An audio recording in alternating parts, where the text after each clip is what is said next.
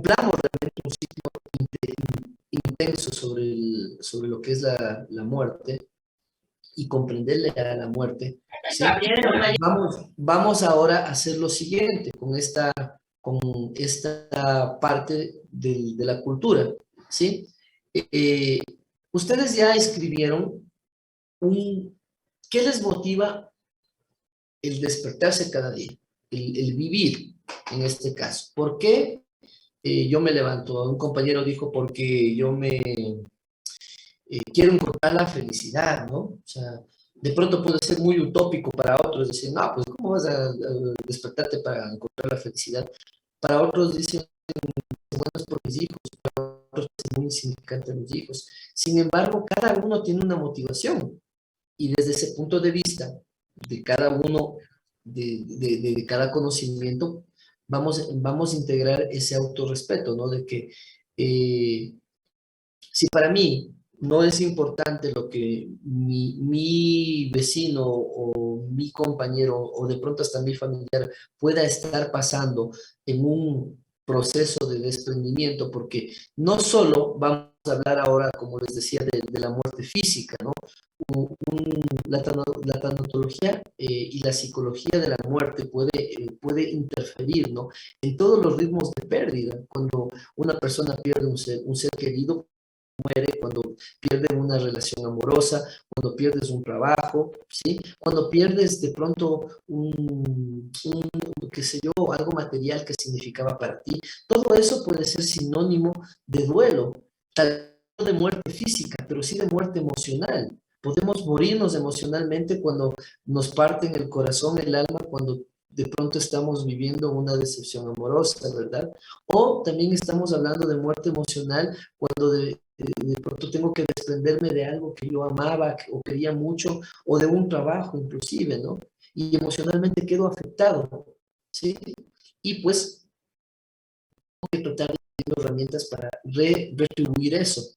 Y todo nace de dónde? De cómo yo puedo ir consiguiendo la parte de mi relación sociocultural. Entonces, estamos hablando ahora un poco, ¿no? Sobre esta parte que entraría de cajón, que es el respeto. Entonces, ustedes ya tienen un objeto para levantarse y vivir. La segunda pregunta que quiero que ustedes lo desarrollen en su mismo formato, ¿sí? Es que coloquen y hagan una contrapregunta, ¿no? ¿Qué pasaría, mi pregunta ahorita, qué pasaría si ustedes no tendrían esa motivación para vivir? ¿Qué pasaría si ustedes no se levantarían para atender a sus hijos, para eh, buscar la felicidad, para por ahí decir, porque quiero superarme, tener un título, ayudar a mi madre, algo de lo que me he memorizado? La pregunta, ¿qué pasaría si yo no tendría esa motivación? ¿Cómo se sentirían? ¿Qué encontrarían ahí? ¿Estarían muertos tal vez? ¿Nos moriríamos? ¿Me sentiría mal? ¿Sí? Alexander quiere participar. Cuéntame, Alexander. Digo, si es que no hubieran esas motivaciones o sueños por cumplirse, se perdería por decir, el sentido de la vida, el amor a ella misma. Tú perderías el sentido de la vida sin esa motivación. Chévere. Por favor, vayan desarrollándolo, ¿no? Porque creo que parte de la ponencia de hoy es de que ustedes se lleven un taller que les va a funcionar cuando puedan aplicar, ¿no? Cuando quieran manejar el duelo de alguien o cuando ustedes quieran tener una introspección sobre lo que estamos nosotros haciendo con nuestra vida, ¿no? Porque, insisto, la parte principal de la psicología de la muerte es ir comprendiendo los sentidos que nos acercan de la vida al paso de la muerte. No solo permitiéndole que una persona que conozca que va a morir tenga aceptación, sino también prepararnos para ello, prepararnos para entender que vamos a morir en algún momento. Carolina, cuéntame, Te escuchamos. Sí, doctor, yo me sentiría muerta emocional y físicamente.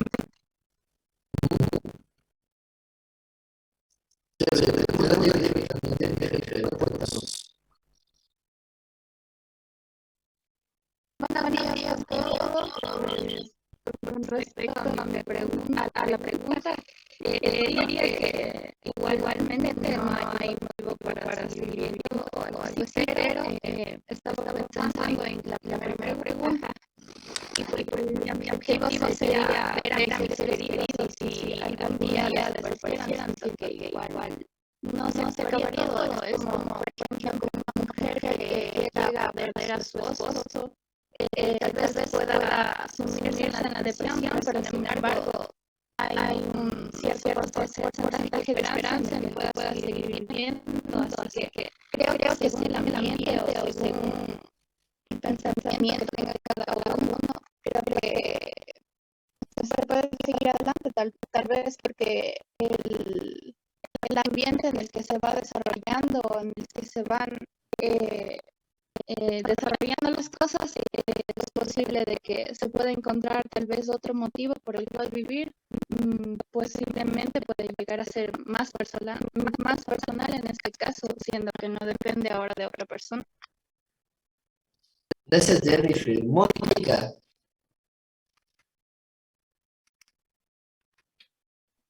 Sí, para mí, en realidad, me sentiría muy deprimida si esto pasara, pero como sé que esto es algo que es temporal, ¿no?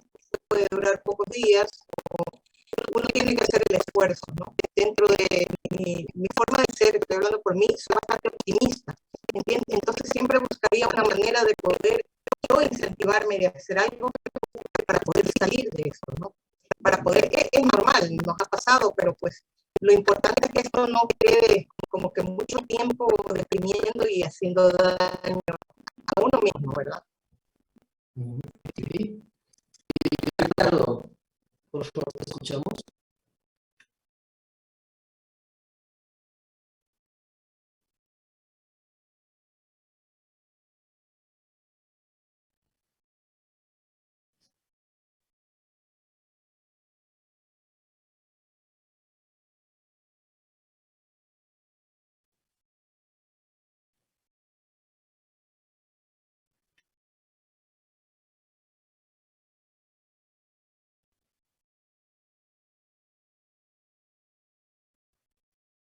Gracias, Raúl.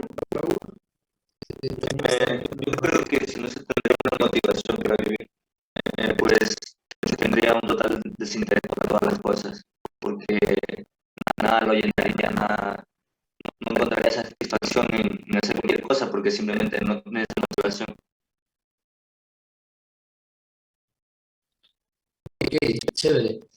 Pues efectivamente cuando nosotros decimos, si no tengo esta motivación, estamos nosotros entrando realmente al plano de comprender y de analizar, ¿sí? Que no tiene elemento desde lo que yo pueda entregar o lo que me puedan entregar, no hay un elemento, no hay un condicionante para el que yo necesite una, hablemos, una vida externa para que yo pueda vivir. Hay personas que piden con ansias morir y no pueden morirse, ¿sí? A pesar de que no le han encontrado ese sentido. Esto es complejo, porque desde la parte psicológica, ¿sí? Si nosotros no tenemos una motivación para vivir, lo que va a pasar es de que nuestra existencia se va a ver envuelta en un total abandono. Y ese abandono lo que me va a reproducir es de que acá hay una frase interesantísima que está en esta diapositiva, ¿no? Que después de la vida siempre se busca saber, encontrar el qué hay, cuál es el sentido de vivir, me muero y a dónde voy, cómo cómo trasciendo, ¿sí? Pero para todo eso hace falta muchísimo amor, ¿no? Esta palabra es la que nosotros vamos a entender de que si no tengo una motivación para vivir y yo vivo, ¿sí? Yo voy a estar ausente en una vida física, ¿sí? Yo voy a estar ausente en una vida de un mundo donde yo estaría automatizado, ¿no? Y por ende, si yo estoy ausente en una vida, en mi contenido interno, ¿sí? Tener ese goce, esa satisfacción de poder seguir respirando con mi vida biológica, ¿ok? Por ende, la cultura, la religión como tal, han jugado un papel importantísimo en la calidad de cómo uno se prepara para vivir.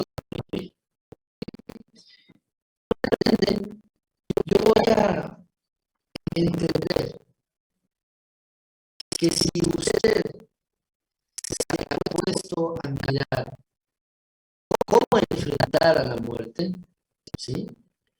¿Quiénes realizan las acciones de vivir o morir? ¿Sí? ¿Quiénes enfrentan esto? Son los únicos que quizás nos puedan dar a nosotros luz y nos van a decir, a ver, oiga, hermano, para mí, saber que me dio cáncer, saber que me dio VIH, es entender recién como objetivo de vida, es entender recién para qué estoy viviendo. ¿Sí? Si yo no tuviera motivaciones, pues de alguna forma yo creo que deberíamos encontrarlas, encontrar la motivación que existe para que mi aceptación hacia esa meta, hacia encontrar la meta de la muerte, yo pueda entender, ¿sí? Y pueda sacar provecho de todas estas acciones que tengo.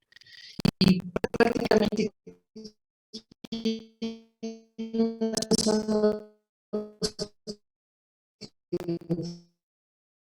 la muerte directamente, y de pronto se me ocurre que está soldado, no sabe si mañana va a vivir o no, si hubiera una guerra, quizás un policía, quizás inclusive desde el otro lado, ¿no? Un delincuente, ¿sabe? No sé, me van a cachar, me van a matar porque voy a robar algo, no lo sé. Pero quienes enfrentan a la muerte en el día a día, están ahí mucho más pegados al riesgo, son quienes de alguna forma van entendiendo y se van preparando para aceptar la muerte. Y pues como estamos haciendo un tema de tipo de ejercicios, yo voy a pedirles, ya para entrar a temas un poco más técnicos, quiero que hagan lo siguiente, ¿sí? Yo voy a tomar unos de 8 a 10, creo que es mucho, de 5 a 8 minutos, por favor. Y voy a plantear este ejercicio que dice de la carta. Ustedes ya me han respondido, espero que lo estén haciendo todos, tienen planteado un objetivo de vida, ¿qué les motiva para vivir? Tienen también otra pregunta que dice, si no hubiera la motivación, ¿qué pasaría? Y ahora tercero, les voy a plantear este ejercicio en el que ustedes van a imaginar que se encuentran en un barco. Están en un barco, todos conocen el Titanic, ¿verdad? Todos conocen qué pasó con el Titanic y el sinnúmero de personas que murieron ahí. Quiero que imagine que usted está en el Titanic, se acabaron las canoas de emergencia y usted sabe que el barco se va a hundir. Está en medio del océano, en la madrugada, nadie le va a ir a rescatar, no va a haber posibilidad de que usted sobreviva. Y tiene en este momento, desde que marque yo el tiempo, va a tener usted 8 minutos para que usted escriba a una persona, a una familia, que le escriba una carta a ese alguien, a ese amigo, esa amiga, esa esposa, ese hijo, a esos familiares que, que usted, bueno, de pronto se está despidiendo, está esclareciendo algo, me imagino que tiene que decirle algo a alguien, y es el último mensaje, ¿sí? Es el último mensaje que usted sabe que le va a llegar a esa persona. Entonces, en este momento, le voy a pedir que desde que yo marque ahorita el reloj, por favor, va a tener 8 minutos para que haga el ejercicio. Entonces, contando desde ya, desde ahora, tiene 8 minutos y redacte esa carta. Piense muy bien a quién se está dirigiendo. Está usted en el barco, toda la gente está convulsionada, toda la gente está desesperada. El barco sabe que se va a hundir, no van a poderle rescatar y usted tiene 8 minutos para poder expresar mediante una carta, no sé a quién, no sé a quiénes, ¿sí? Lo que usted quiere decir o comunicar. El mensaje va a llegar. Ese mensaje va a ser el último mensaje que usted pueda dejarle a ese alguien o a esas personas. ¿Sí? Doctor, Desarrollo. ¿Sí? disculpe que lo interrumpa. Este ejercicio lo hicimos en la clase pasada, el ejercicio de la carta. ¿Ya lo tienen entonces? Lo realizamos la semana pasada. Ah, ok, perfecto, lo hicieron ya con la chévere. Bueno, yo lo tenía programado. ¿Tienen la carta ya realizada entonces? Doctor, pero se lo hizo bajo, obviamente bajo otra situación, pero yo creo que también se lo podría volver a hacer, o sea, no sé, a mi punto de vista, ¿no? Bueno, si ya lo tienen, yo continúo porque mediante esta carta y lo que tienen, vamos a ir desarrollando el ejercicio. Si están de acuerdo, ahorita en fresco, por favor, lo pueden desarrollar. Desarrollenlo y traten de ser lo más comunicativos en lo que están haciendo ahorita, ¿no? Tomémonos entonces 5 minutos, son las 10:10, 10:10 y cuarto. Y hagamos una carta donde están desarrollando y escribiendo a esa persona o a esas personas.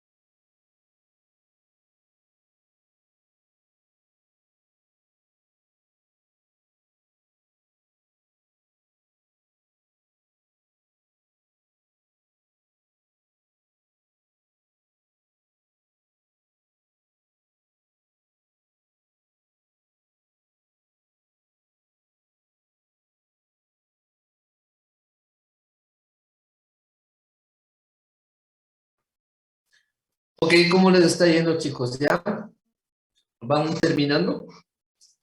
Nos pasamos un minutito, ¿no? Son 5 minutos y espero que hayan ustedes desarrollado ahorita el ejercicio.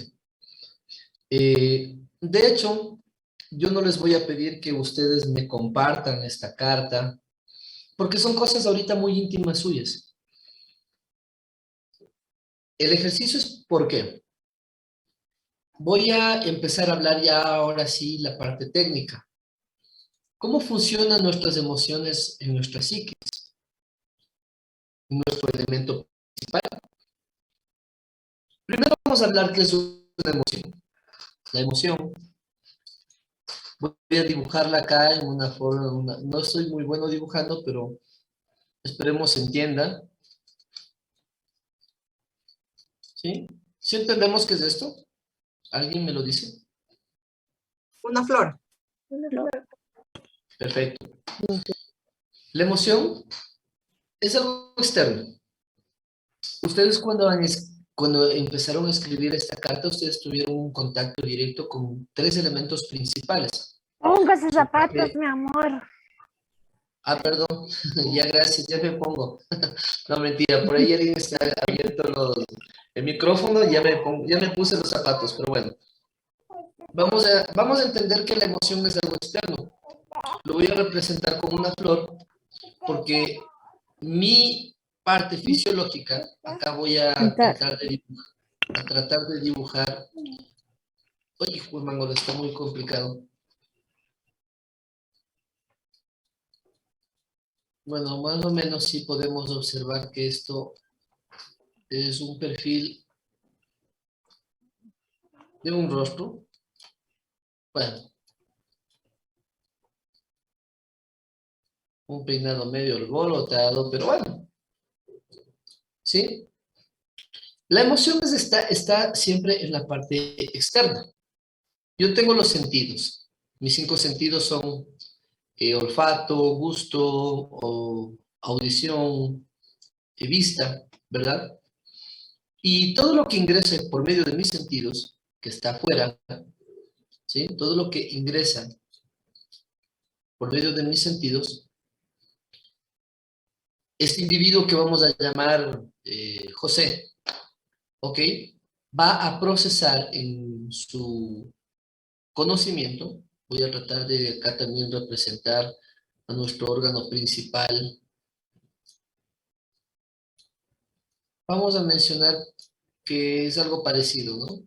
No lo estoy dibujando con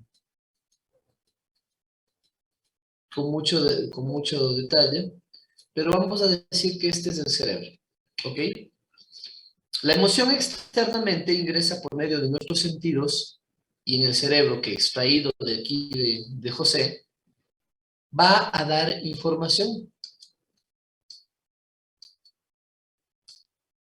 Para José, esta información va a ser transmitida por medio de sus neurotransmisores y se va a convertir en información que va a pasar a su sistema nervioso central. Acá está el sistema nervioso central, ¿verdad?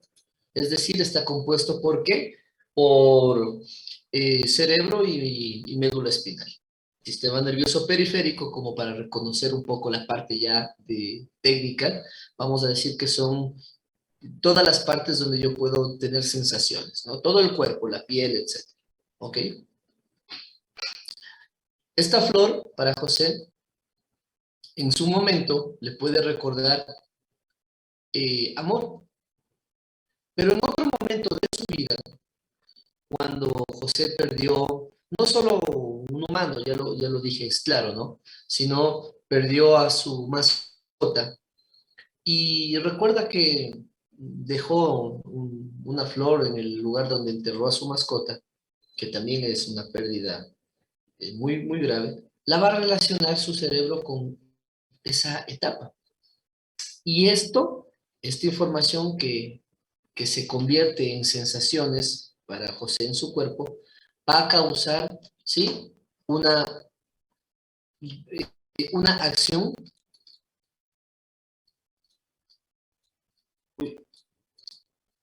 va a causar en José una acción de comportamiento, de conducta. Voy a poner aquí conducta.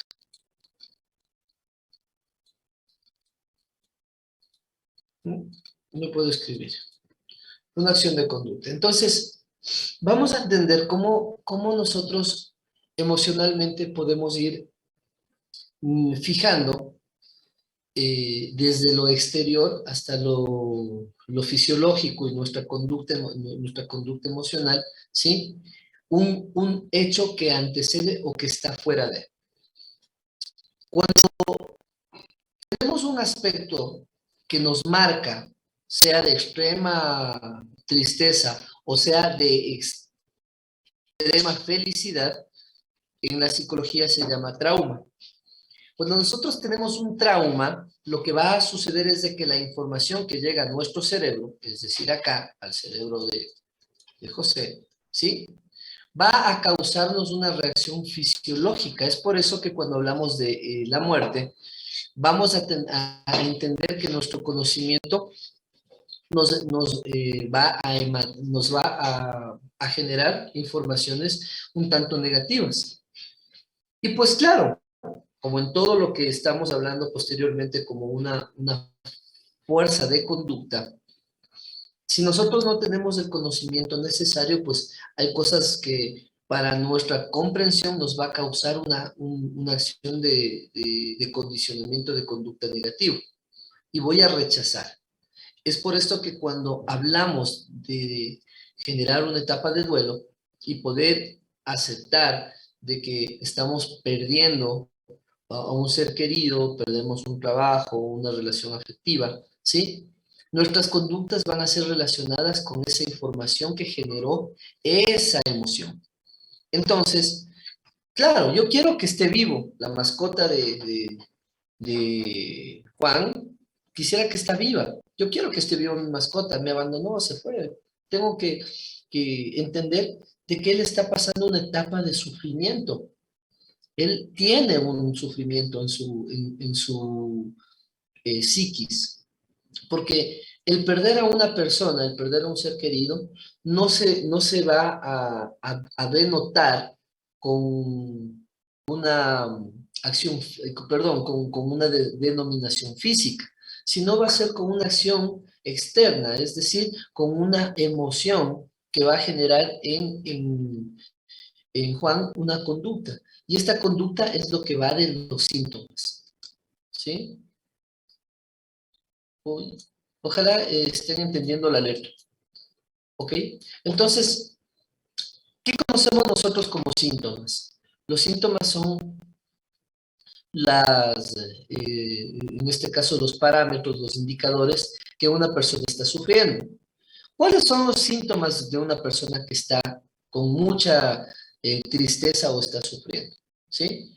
Vamos a decir uno, por ejemplo, ¿no? Tiene depresión, es notorio que tiene decaimiento físico, ha perdido desinterés por realizar su vida normal, ¿sí? Tiene de pronto llanto fácil, pérdida de apetito, ¿sí? Entonces, vamos entendiendo que esta sintomatología va a agravar ¿en qué? En la fisiología de Juan y también en su conducta. Por ende, esta flor que va a representar el motivador externo, ¿sí?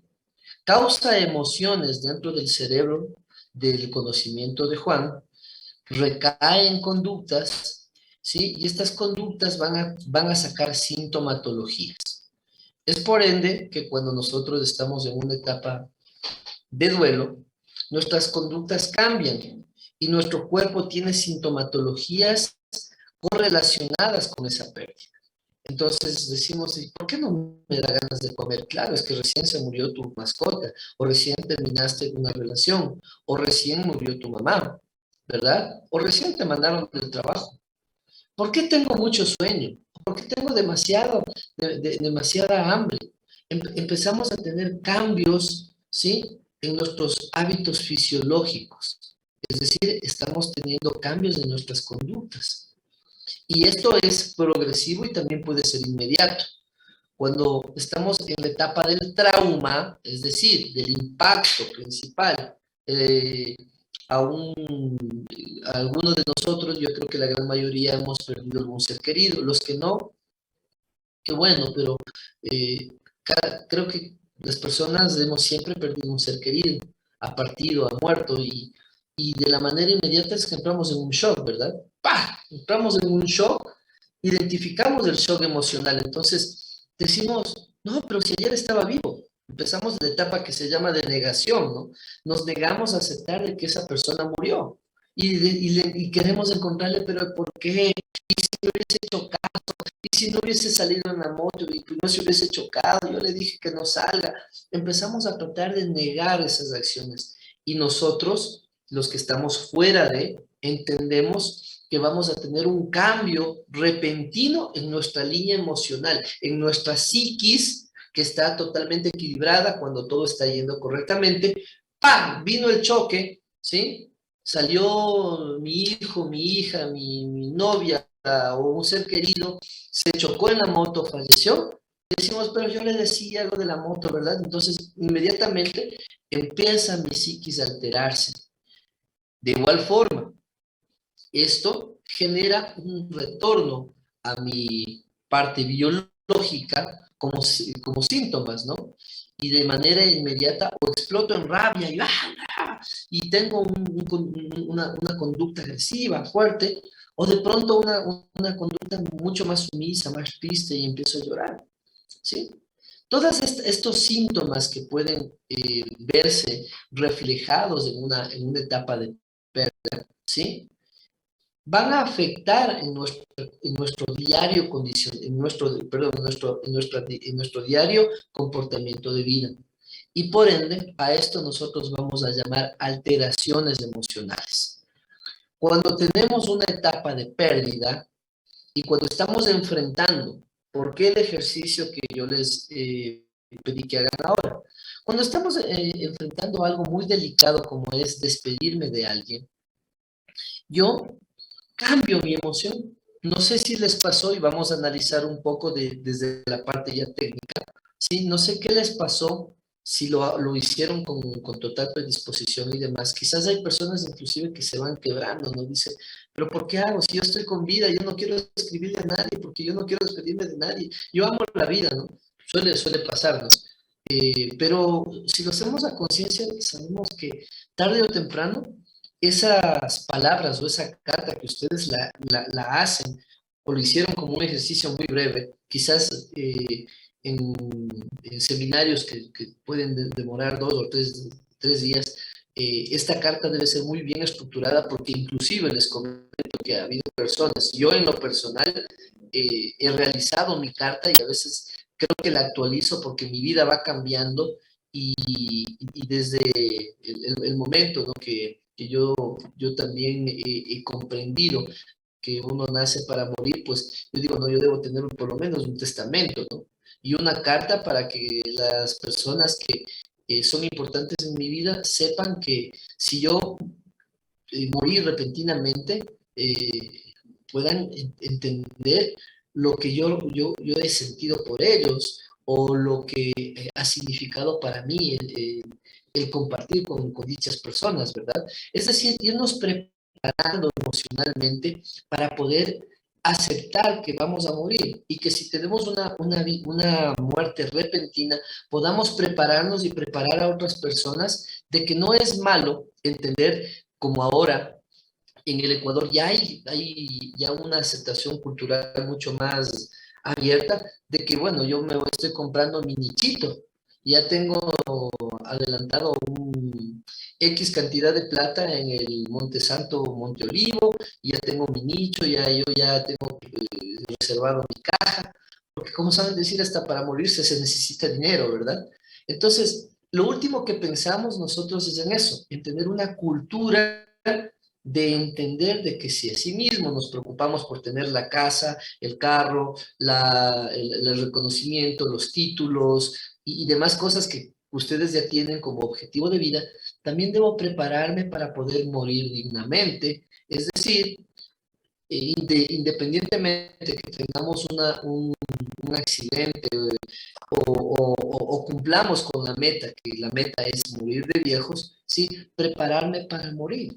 Y prepararme para morir es desde mi estado emocional y también hasta mi parte eh, material, ¿no? Es decir, tener listo todo lo que sería como mi boda, ¿no? Estoy planificando mi boda, yo veo el último detalle. Y yo también digo, para la muerte debería ser así, ¿no? A mí me gustaría que me entierren en una caja de tal color, me gustaría que me entierren en tal cementerio, me gustaría que me pongan tal ropa, me gustaría que me dediquen tal canción, me gustaría que hagan esto. O sea, se torna mucho más interesante saber de que yo de igual forma me estoy preparando y estoy aceptando la muerte, pero para ello hay que entender desde acá, desde la parte fisiológica, qué es lo que causa la muerte emocional. Yo no puedo decir que si el Doctor, factor externo, la flor, sí, ¿me perdón, escucho? ya. Otra parte también importante en cuanto a prepararse, lo que usted acaba de decir de comprar el nicho y todo esto, es muy importante, lo entendí con la muerte de mi papá. Él había dejado todo ya desde mucho tiempo antes y teníamos un folio, una carpeta donde él me indicó. Entonces es importantísimo porque uno está con el dolor, tiene tantas cosas que hacer, tantas cosas en mente, que eso es un problema menos, ¿ves? O sea, que al momento tienes que estar buscando, tienes que estar corriendo. Entonces es bastante recomendable hacerlo, es muy bueno. Ah, chévere, gracias. Sí, lo que en este punto voy a intervenir y a profundizar un poco más. ¿Esto qué entiende? De que prácticamente la persona cumplió su meta. Es decir, que yo voy a dejar un mensaje a las personas que quedan en vida y decir, como dicen, oye, no llores. Mira, yo ya estoy en un lugar mejor, tranquilo, no te desesperes. Yo me preparé para esto, ¿sí? Y más bien yo les estoy asegurando de que yo tengo una tranquilidad y que ustedes sigan y que en algún momento, según nuestras creencias culturales que hablamos anteriormente, según nuestra creencia religiosa, tal vez nos encontraremos en el más allá. Pero yo me preparé para esto. Estoy diciendo que así como viví, tuve una buena vida, yo también ahora muero dignamente. Si morí de viejo, que es lo ideal, alcancé mi meta. Si morí en un accidente, bueno, no es lo ideal, pero también, bueno, de alguna forma, según mi nivel de riesgo, me he preparado para morir y acepto que la muerte me vino repentinamente. Pero, por ejemplo, yo, en mi carta, algún momento, cuando la voy perfeccionando, porque este ejercicio, jóvenes, compañeros, colegas, lo pueden hacer en cualquier momento, ¿no? Ir perfeccionando su carta de su muerte. Y yo recuerdo que en algún momento escribí, ¿no? Que ponía en muchos aspectos. Yo a veces hago grabaciones, a veces escribo, a veces hasta pongo a hacer un poco de música, ¿no? Y hablo sobre el tema y decía que una vez comprendí que no podía planificar mi muerte, o sea, es imposible que yo planifique mi muerte, pero sí decir, ¿no? Si de pronto la muerte me cogió repentinamente, ¿sí? Quiero expresar a cada una de las personas que ha pasado por mi vida y que son importantes, lo mucho que les quiero. Y si he cumplido con la meta de la vida, es decir, si ya morí de viejo, ¿sí? Entender de que pude haber logrado dejar de amor, de tranquilidad a cada uno de ustedes, ¿no? Y de pronto uno se va disculpando, y de hecho generalmente esta parte nosotros no somos conscientes. Aquí voy a ir a la siguiente parte. Voy a borrar, ¿no? Primera parte. No somos conscientes de que como la muerte merodea a cada segundo de nuestra vida, nosotros no somos conscientes que quizás hoy puede ser el último día que hablemos. Pero como no nos gusta hablar de la muerte, nunca nos preparamos para ella. Psicológicamente hoy lo estamos empezando a entender, de que es saludable hablar de la muerte, pero no desde el punto de vista del sufrimiento, sino desde el punto de vista del conocimiento y la aceptación, de que si de hoy a mañana yo voy a tener que partir de esta vida, por una enfermedad, cuando yo ya me proyecto de que voy a tener uno o dos o tres meses de vida y se acabó, ¿no? O en su defecto puedo entender que si la muerte me cogió en otro aspecto, accidentalmente hablando, yo no me preparé, yo no quería en ese momento ni siquiera saber nada de la muerte, pero me pasó un accidente, me pasó algo, pues, pero de hecho yo ya sabía que iba a morir y por ende, pues, por lo menos dejé haciendo un testamento o una carta, ¿no? O sea, son cosas que en nuestra cultura, vuelvo a repetir, todavía son como tabús. Y desde el punto de vista emocional, nosotros todavía evadimos eso, ¿no? Y insisto, la parte anterior fue para ver el mecanismo psicobiológico de que nosotros tenemos información y esta información se convierte en emociones, ¿no? Y esas emociones van a tener recurrentes, van a convertirse en acciones, en efectos de conducta, ¿sí? Y vuelvo a repetir, sale sintomatología. Entonces, por ende, nosotros vamos a jugar ahora con algo que es lo consciente, lo subconsciente y lo inconsciente. Por ende, yo he dibujado esta pirámide, no es Maslow, pero se le parece, donde yo voy a colocar tres partes, ¿no? En la primera parte, en la punta, está lo consciente, ¿sí? La mitad, esto, bueno, es una teoría, más que una teoría, es un tratado, según Freud. Aquí está lo subconsciente, ¿sí? Y en la última parte está lo inconsciente.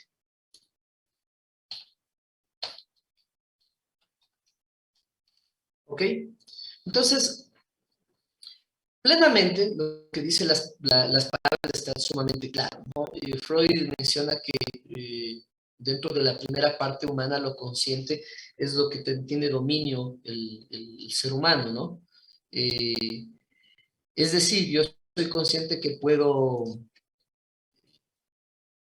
¿Qué pasó con el lápiz? ¡Ay, ya me salí! Ya. Aquí, en esta punta, yo puedo decir que son todo lo que yo puedo manipular de mi persona. Entonces, aquí vamos a hacer igual otro ejercicio, ¿no? Voy a preguntarles, el que quiera participar, por favor, ¿qué comprenderían ustedes que tienen consciente, 100% dominio de sí mismos? ¿Qué sería lo consciente? Escucho, por favor.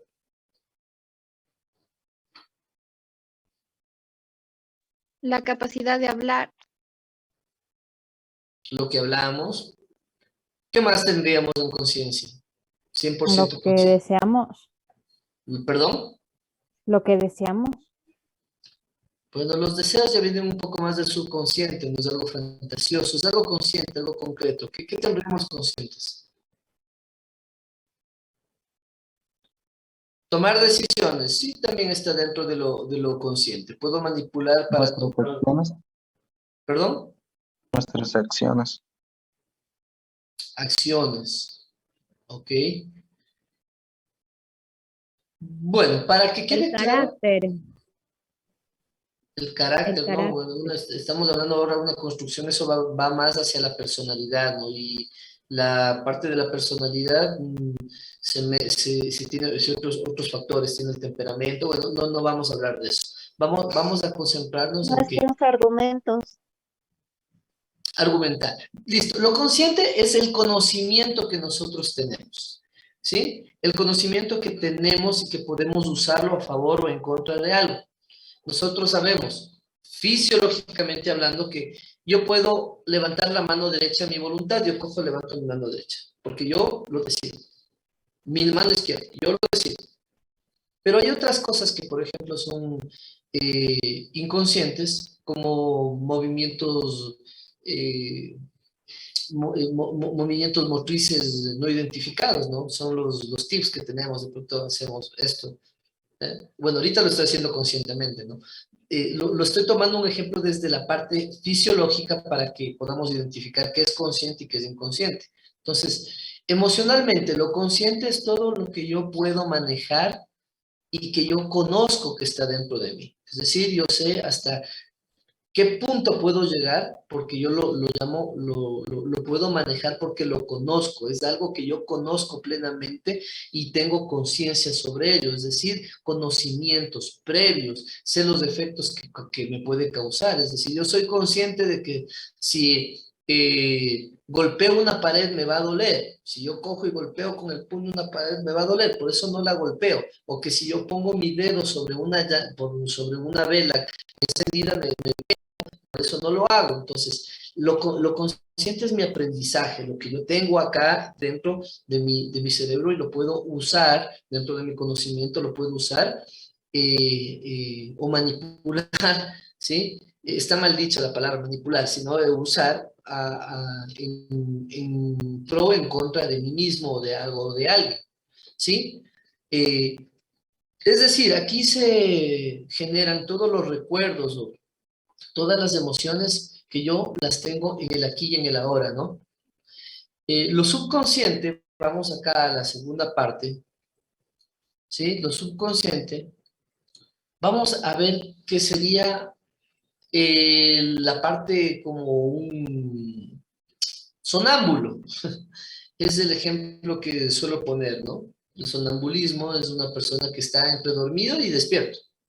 Es decir, está como que en un punto donde no sabe si realmente es la realidad o es un sueño, ¿verdad? Lo subconsciente es ese sonambulismo emocional que todos los seres humanos igual lo tenemos. Hay cosas que no las podemos usar desde el punto de vista consciente y está en nuestro subconsciente, que a veces resalta. ¿Perdón? Doctor, disculpe, el subconsciente sería algo involuntario. Más que involuntario es algo que está, como vuelvo a repetir, en un punto de sonambulismo. ¿Sí? Es algo donde nosotros como que podemos tener un dominio, pero a la vez se nos escapa de las manos. ¿Sí? Disculpe, doctor, sería como respirar. Por ejemplo, es un excelentísimo ejemplo. No sé quién me lo dijo porque yo puedo contener la respiración, pero hay un momento que mi organismo, por su propio mecanismo de defensa, coge y me hace respirar, porque dice, oye, te estás ahogando, pendejo, respira, respira. Entonces, uno por más que quiera suicidarse, había un chiste, ¿no? Que decía, me voy a suicidar, y alguien cogía así un niño, no respiro, y se quedaba callado así por varios segundos, y nada más, bueno, suicídate, mátate, después. ¿Por qué? Porque no está bajo nuestra total voluntad, no podemos manipular totalmente nuestro antojo. Y lo subconsciente se vuelve consciente justamente cuando pasa de ese estado de sonambulismo, es decir, lo volvemos como una herramienta para que se genere una acción-reacción y de igual forma, ¿no? Dentro de nuestras emociones, una acción-reacción en favor o en contra de nosotros mismos. Entonces, por ende, el punto de vista de todo esto es de que si lo... igual, esto creo que lo decía Jung, dice que si lo... No, ahí dice, si lo inconsciente, si reconociéramos que lo consciente se volviera... Lo inconsciente se volviera consciente, dejaríamos de creer que existe la suerte y el destino. ¿Por qué? Porque nosotros tenemos dominio sobre esto, pero no nos entrenamos. Entonces, lo subconsciente es las actividades que yo puedo manejarlas, ¿sí? No a voluntad, pero sí puedo manejarlas mediante un entrenamiento. ¿Ok? Y vamos a lo último, lo inconsciente. Lo inconsciente son conocimientos, emociones que están ahí, que las tengo en mi pensamiento, que las he vivido, pero prácticamente pasan en el olvido, ¿no? Pasan en la parte más remota de nuestras emociones, pero que muchas veces salen con estímulos como, ya, el ejemplo más claro.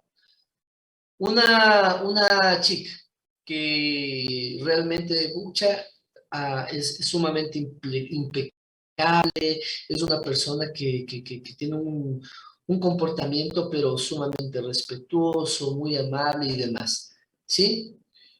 Pero le dan de pronto unos traguitos y de pronto cambia totalmente, ¿sí? Sale su inconsciente, es decir, se despierta algo que no lo tiene en en su naturalidad consciente, ¿no? Entonces, se toma unos traguitos y de pronto se vuelve agresiva, se vuelve extremadamente prepotente, ¿sí? Entonces sale Pero esa doctor, parte. eso ya no sería efectos o sea, del consumo de bebidas alcohólicas, por eso es que se El, comporta así. De hecho, vamos a mencionar que, bueno, no vamos a entrar en temas de efectos negativos de la sustancia, ¿no? Sino, como ejemplo, es comprender que hay estímulos externos, como ahorita el ejemplo es el alcohol, que nos hace despertar cosas inconscientes, algo que nosotros lo tenemos ahí, que muchas veces nunca sale a nuestra parte consciente porque son conductas, son temas que pasan dormidos, totalmente olvidados hasta que hay algo que lo active. Como el ejemplo es el alcohol, ¿no? Tomo alcohol y dice, es efectos del alcohol, claro, o sea, sale un comportamiento que no es consciente, sino es inconsciente porque el alcohol está dopando su conciencia, pero no es de que esa persona no sea agresiva, su agresividad está dormida, ¿sí? O en su defecto también pasa mucho esto cuando hay factores de riesgo externos, cuando uno se siente amenazado, dice, yo no creí que era capaz de golpearle a este delincuente, pero lo golpearon, es decir, la agresividad, el estímulo de sobrevivencia está con nosotros latente. Unos de mayor grado, dependiendo su personalidad, es decir, si yo tengo personalidades mucho más sublimadas a la calma, vamos a tener conductas pacíficas y demás, pero si yo tengo conductas más agresivas, como una conducta tipo esquizoide o paranoide, va a salir esa conducta a defenderse con mayor impulsividad y agresividad, pero no quiere decir que eso no sea esa persona. Es decir, nosotros tenemos un conjunto de aspectos que nos llevan a desarrollar o nos llevan a tener comportamientos. Entonces, lo consciente es lo que dominamos, lo subconsciente es el sonambulismo y lo inconsciente es lo que realmente está dormido, totalmente dormido. Pero eso va a salir tarde o temprano cuando haya estímulos. El ejemplo que les ponía del alcohol, sí, es un estímulo para muchas veces volvernos inconscientes y que nuestra conducta inconsciente salga. Y hay personas, ¿no?, que están tomaditas los tragos y son súper tranquilas, calmadas, se duermen, no hacen relajo, no pasa nada. Otras que botas son muy chistosas, otras muy agresivas. Independientemente, aclaro que el consumo de alcohol, claro, va dañando también el sistema nervioso central, va dañando la psiquis, cuando ya se vuelve un consumo desmedido y no hay control, ¿no? Por ende, eso es otro tema, consumo, abuso de sustancias estimulantes que van dañando, por ejemplo, ¿no?, el sistema nervioso central y por ende va confundiendo los aspectos de información también psicoemocional. Y también, pues ahí podemos hablar en este aspecto, ¿no?, de la conducta que puede generar un estímulo, ¿no? Eso sería la eh, conducta psicobioforense, ¿no? Es decir, cómo afecta la sustancia en la conducta de una persona. Borracho, Profesor, ¿sí? en cuanto a cuando hablamos del inconsciente, un ejemplo, cuando una persona vivió un trauma de pequeño y de momento como que aisló u olvidó el trauma y a los años pasa un detonante que lo hace recordar, ahí también estaríamos hablando del inconsciente, Por cuando se supuesto, manifiesta el tiempo.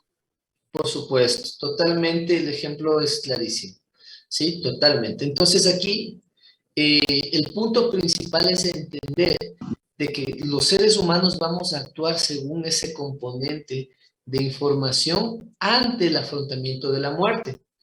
Porque si hablamos o estamos psicologizando a la muerte, estaríamos viendo ahora cuáles serían los parámetros para morirse. Entendemos que si somos conscientes de la muerte, ¿sí?, vamos a perderle el miedo. Y cuando le perdemos el miedo, lo inconsciente que tenemos de la muerte, que es el miedo, la parte negativa, ¿sí?, al volverse consciente ya no vamos a creer que la muerte es un estímulo de cosas divinas. No, la muerte es parte de la vida, como tal lo hemos hablado, es llegar a una meta y debo prepararme para llegar a esa meta, o que si dentro del camino no puedo concluir la meta y morirme de viejo, ¿sí?, tener una preparación para aceptar que se murió por una enfermedad, por un accidente, ¿sí? Lo más trágico en este punto es comprender por qué se quitó la vida, por qué se suicidó, ¿verdad? En ese aspecto es algo inconcluso, no concluyó con la meta, es lo que en la parapsicología dicen, bueno, es un alma penal, ¿no? Bueno, yo no comparto mucho de ese tema, pero también soy respetuoso porque son situaciones de creencias, ¿no? Pero científicamente nosotros podemos entender de que en la emoción debemos preparar el camino para llegar a la muerte. Entonces, ¿cómo nos preparamos emocionalmente para poder llegar a la muerte? Voy a dejar de compartir mi pantalla de aquí y nos vamos a ir a las diapositivas, ¿sí? Que vamos a hacer un segundo ejercicio. Y nos habíamos quedado, ¿verdad? Ya mi presentación. Ok.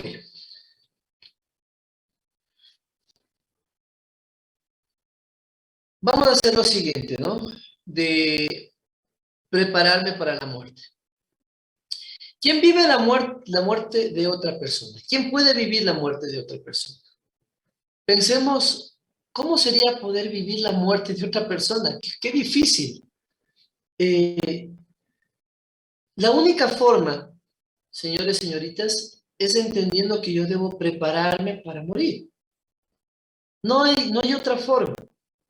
Y yo quiero que hagan este ejercicio, nos va a llevar un poco más de tiempo. Y pues quiero que lo hagan con muchísima conciencia porque la última etapa el último tema de este día de estudios va a ser técnicamente las etapas del duelo.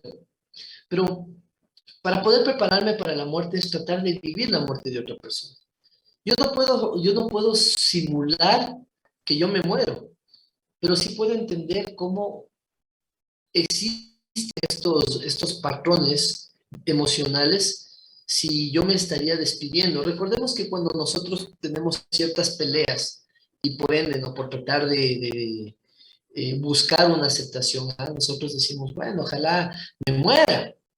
Ese ojalá me muera es un tema muy profundo, porque si nos ponemos a meditar y analizar el ojalá me muera, la otra persona en el medio de la emoción no va a comprender, va a decir, por último muérete. Oigan, pongámonos a pensar, ¿qué pasaría si realmente en una discusión nos muriéramos? ¿Sí? ¿Qué pasaría si yo en un momento que estoy discutiendo con una persona, diciendo algo, digo, ojalá me muera y ¡pum!, se muere? ¿Qué pasaría? ¿Qué creen que tendría esa connotación en la otra persona? ¿Sí? Culpabilidad. Culpabilidad. ¿Qué más podría pasar?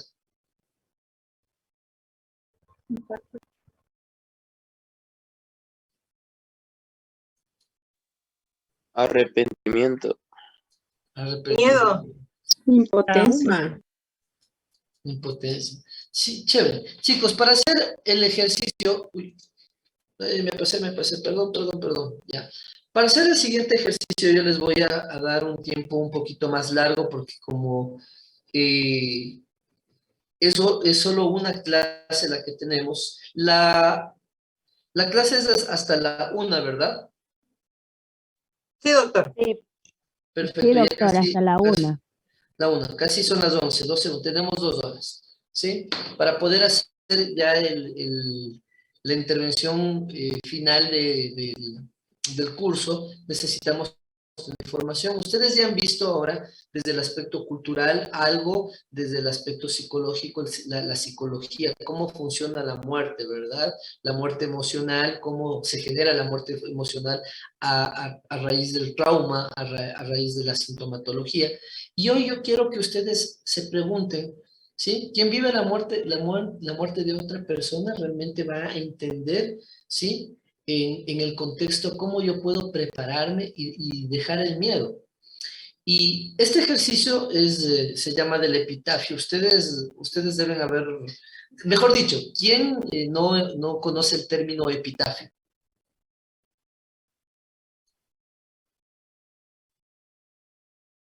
¿Alguien no conoce para explicar?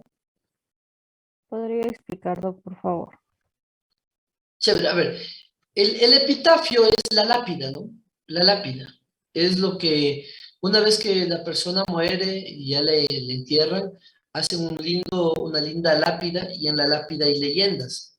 La leyenda: aquí yace la madre, la amiga, la esposa, aquí yace el mejor jugador de fútbol, aquí yace el pintor, el amigo, qué sé yo, ¿no? Eh, Es la y después, inscripción grabada en la lápida, ¿sí, exacto, no? la inscripción que se graba en la lápida se llama epitafio, ¿ok? Entonces, yo les voy a dar exactamente, contando desde ahorita, porque el ejercicio es un poquito largo y también es fuerte. Sí, yo les voy a dar unos 45 minutos para poder tomarlo desde las 11 en punto a 11:45, ¿sí? Van a hacer lo siguiente. Primero ustedes van a seleccionar 3 personas. La primera persona va a estar muy cerca de su círculo familiar, ¿sí? La segunda persona va a ser una persona que no esté ni cerca ni lejos. Puede ser un amigo, alguien con quien realmente han compartido algo, ¿no? Alguien quien les aprecie. Un Lo compañero primero, de trabajo, compañero de trabajo, pues. pero si realmente, compañero de trabajo, pero que hayan compartido, es decir, que sí tengan un Claro, vínculo. el que te Un lleves vínculo. bien. Sí. Exacto, que te lleves bien. Un amigo que de pronto sea incondicional. Y la otra persona es alguien que simplemente pues tenga una relación muy, de pronto, de una amistad, pero light, ¿no? Es decir, eh, ahí sí valdría más bien un amigo del trabajo, de pronto Un eh, conocido. un, un conocido, pero que, insisto, no Una es de que persona sea... solo de saludo, no. No me refiero únicamente a ese tema de que sea un conocido que solo justamente le saludo en las mañanas y se acabó, porque si ustedes le preguntan a esa persona, ni siquiera les va a dar el tiempo. Debe ser un amigo, pero que realmente no tengan un vínculo emocional fuerte, ¿no? Es decir, puede ser con la persona que yo me llevo para tomarme, qué sé yo, los cafés, los tragos, ahí de vez en cuando. Alguien con quien yo le frecuento, pero no puedo decir, él es mi ultra pana, ¿no? Es mi amiguísimo. No, Un una amigo persona ocasional. un amigo ocasional, esa sería la palabra. Ustedes van a escoger estos tres módulos de personas. Un familiar muy allegado, ¿sí? Una persona muy allegada, perdón, puede ser un familiar, alguien que sean sumamente allegados. Lo segundo, una persona que esté en la mitad, que sí se llevan bien, ¿no? Una persona íntima, pero que no llega a tener ese lazo emocional como un familiar, porque hay amigos que son más fuertes que la familia misma, ¿no? Por eso yo no me cierro a que sea únicamente el principal, una persona que esté al lado suyo, la esposa o la mamá o el papá, ¿no? Porque un seminario que estábamos haciendo este ejercicio, me acuerdo, me dice, no, yo a mi esposa le pongo al último, decía, porque si le pongo primera, no, era una cosa de risa, ¿no? Pero hoy lo van a hacer de esa forma. Ven una que tenga un vínculo emocional fuerte, otra que sea medianamente fuerte y otra que sea leve. ¿Y qué le van a preguntar? Le van a decir, mire, estoy haciendo un ejercicio en un curso taller de psicotanatología forense y me pidieron que... Ah, no, perdón. Eso no lo van a exponer. Ustedes solo le dicen a la persona, a su amigo o bueno, a estas tres personas, por favor, quiero que me hagas un favor por mí. Necesito que me ayudes escribiendo el epitafio que tú pondrías en mi lápida, la inscripción que tú pondrías en mi lápida. Y por favor, sean muy atentos de qué les dicen, cómo lo dicen, qué les van a mencionar, cómo lo van a interpretar en el contexto de, ¿sí? Traten de escucharlo porque sé que de pronto si ustedes están en algún lugar y van a ir donde su esposo, su esposa están presencial, pero si hacen una llamada, traten de escuchar todo eso y fíjense en qué va a suceder. De estas tres personas, por eso es lo que les doy un poquito de tiempo, porque el ejercicio sí es un poco largo y es súper delicado. Ustedes deben tomarle con mucha seriedad y respeto. ¿Por qué? Porque vamos a intentar entender desde la vivencia psicológica cómo la otra persona puede transmitir este evento. Entonces, ustedes hacen la llamada o le llaman a la persona que esté cerca y le dicen, disculpa, mira, ¿qué pondrías en mi lápida? Yo estoy por morirme y quisiera saber qué pondrías en mi lápida. Y ustedes escuchen qué sucede. Luego de esto regresamos y conversamos al respecto sobre quién vive la muerte de otra persona para poder ya ir viendo las etapas del duelo, ¿ok? Preguntas, por favor, lo que vamos a hacer. Yo,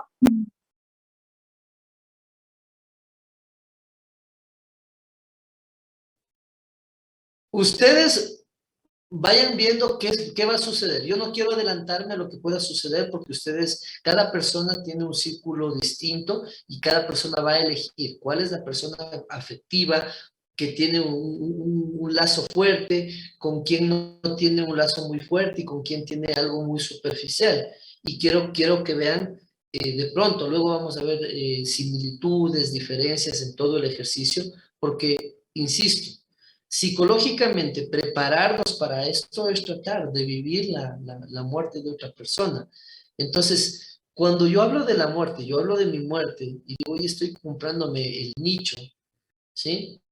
Solo desde ahí es como, ¿y qué te pasa? ¿Estás enfermo? O sea, hay preguntas, ¿por qué compras eso?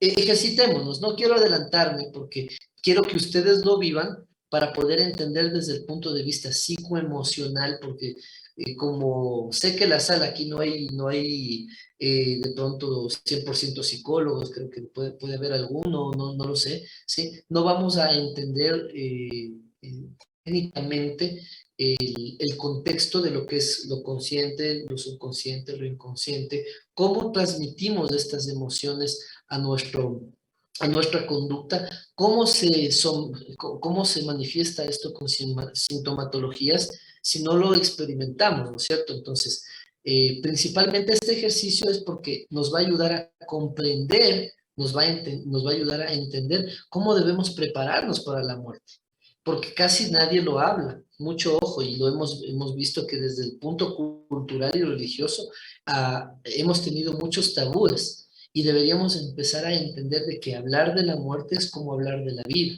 Es decir, yo tengo un objetivo para vivir, busco mi felicidad y realmente estás preparándote con el objeto de tu muerte, estás viendo qué va a pasar cuando tú partas.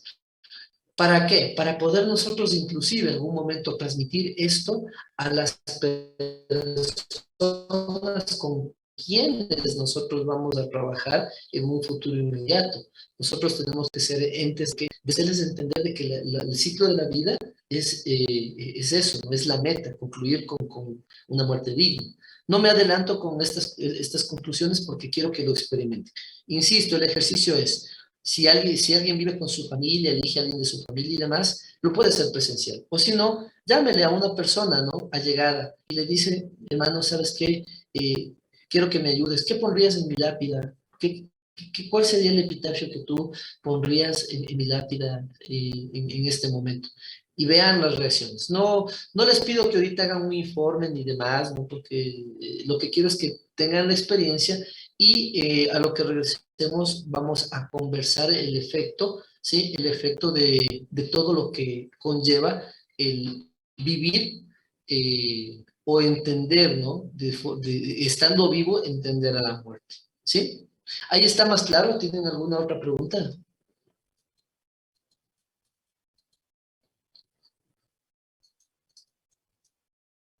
Sí, está ¿Pregunta? claro. ¿Sí? No, Listo, yo perfecto. tengo una pregunta.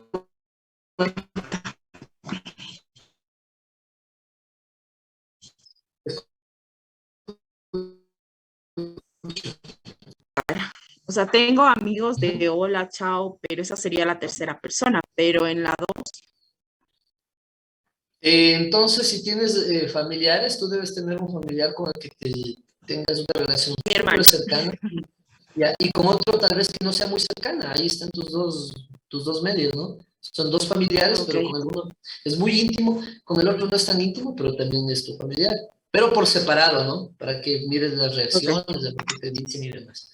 ¿Ok? Entonces, gracias. bueno, siendo ahorita las 11:07, tenemos justo hasta las 12, nuevamente no voy a salir de la sala, voy a tenerla ahí en stand-by, para que a las 12 en punto nos reconectamos para el desenlace de esta jornada académica de taller, ¿de acuerdo? Entonces hacemos el ejercicio y luego vamos a ver el feedback vuelvo a repetir, vamos a entender ya la última parte que serían las fases del duelo y poder culminar con el trabajo académico y taller de hoy. Entonces, les encomiendo mucho porque este ejercicio es súper sensible.